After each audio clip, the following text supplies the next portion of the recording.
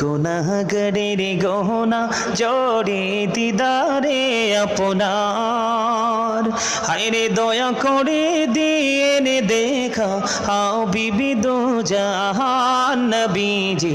আল্লাহ আল্লাহ আল্লাহ লা ইলাহা ইল্লাহ আল্লাহ আল্লাহ